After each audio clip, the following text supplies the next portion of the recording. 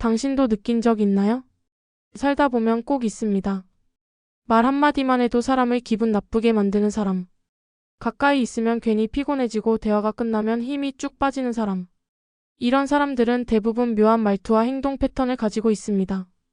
겉보기에는 평범해 보이지만 그 말과 태도는 주변 사람의 에너지를 갉아먹습니다. 신경 건드리는 사람들의 공통적인 말투. 내가 그래서 말했잖아.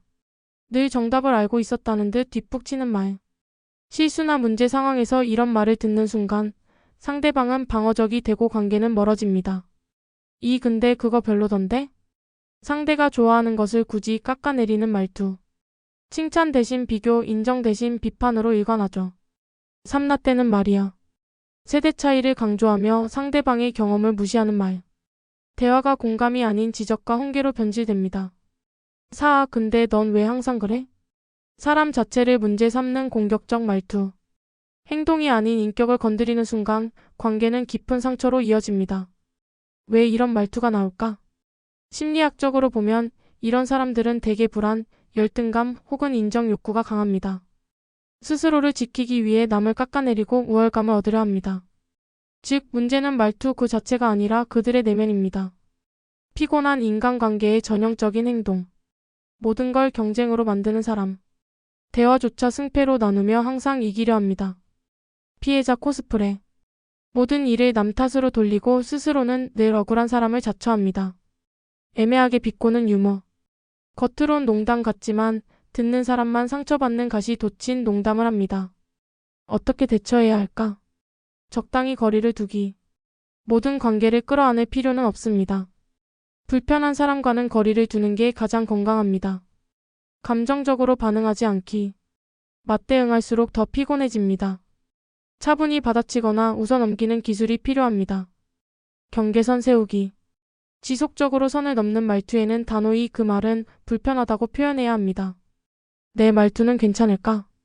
중요한 건 우리 자신도 누군가에게는 피곤한 사람이 될 수 있다는 사실입니다. 내가 무심코 던진 말이 상대의 하루를 무너뜨릴 수도 있죠. 따라서 스스로의 말투를 돌아보고 공감과 배려의 언어를 쓰려는 노력이 필요합니다. 그게 결국 더 좋은 인간관계, 더 가벼운 인간관계를 만드는 비밀입니다. 우리가 만나는 수많은 관계 속에서 피곤함을 주는 사람들은 분명 존재합니다. 하지만 그들과의 거리를 조절하고 동시에 내 말투를 바꾸는 연습을 한다면 관계는 훨씬 편안하고 따뜻해질 수 있습니다. 결국 인생을 피곤하게 만드는 건 타인의 말투가 아니라 그것을 대하는 나의 태도입니다. 우리가 잘못 이해하는 피곤한 사람들. 보통 이런 사람들을 떠올리면 단순히 성격이 안 좋거나 일부러 남을 괴롭히려는 사람이라고 생각하기 쉽습니다. 하지만 조금 깊이 들어가 보면 그들 역시 자신을 방어하기 위해 그렇게 행동하는 경우가 많습니다. 예를 들어 회사에서 늘 비꼬는 말을 하는 상사가 있습니다. 그렇게밖에 못하나? 내가 다 고쳐야겠다. 이런 말투는 듣는 사람의 자존감을 크게 깎아내리죠. 하지만 심리학자들은 말합니다. 이런 비꼬는 태도 뒤에는 사실 불안감이 숨어 있다고. 즉, 자신이 무능하다는 평가를 받을까 두려워서 먼저 남을 깎아내리는 방식으로 자신을 지키는 겁니다. 결국 피곤한 인간관계의 근원은 악의가 아니라 두려움일 수도 있다는 거죠. 피곤한 말투에 숨겨진 심리학. 비난형 말투. 너 때문에 일이 이렇게 된 거야. 이런 말투는 투사 심리에서 비롯됩니다. 자신의 실수를 인정하기 어려우니 타인에게 떠넘기는 겁니다. 항상 비교하는 말투. 쟤는 잘하는데 넌 왜 못하니? 이는 열등감의 발로입니다. 자신이 늘 부족하다고 느끼기에 상대를 비교하며 우월감을 얻으려 하는 거죠. 모호하게 비꼬는 말투. 네가 그렇다니까 그렇겠지. 겉으로는 동의하는 듯하지만 사실은 무시하는 태도. 이는 수동적 공격 패시브 어그레션의 전형적인 형태입니다. 훈계조 말투. 내가 살아보니까 말이야. 이는 나의 경험을 무기 삼아 상대를 지배하려는 심리입니다. 여기엔 인정 욕구가 강하게 깔려 있습니다. 직장에서 만나는 피곤한 사람들. 공로 가로채기형. 프로젝트 성과는 다 함께 만든 건데 보고할 때는 꼭 자기 혼자 한 것처럼 말하는 사람. 말투는 늘 이렇습니다. 내가 아이디어 낸 거잖아. 내가 없었으면 이거 못했을걸? 이 회의에서 시비 거는 사람. 아이디어를 내면 무조건 이렇게 말하죠. 그거 예전에 다 해봤던 거야. 글쎄, 난 잘 모르겠는데? 새로운 시도를 가로막고 분위기를 무겁게 만듭니다. 3. 은근한 조종자. 겉으론 친절하지만 말 속에 함정이 있습니다. 그건 네가 하는 게 더 잘할 것 같아. 실제로는 귀찮은 일을 떠넘기는 거죠. 가족 안의 피곤한 말투.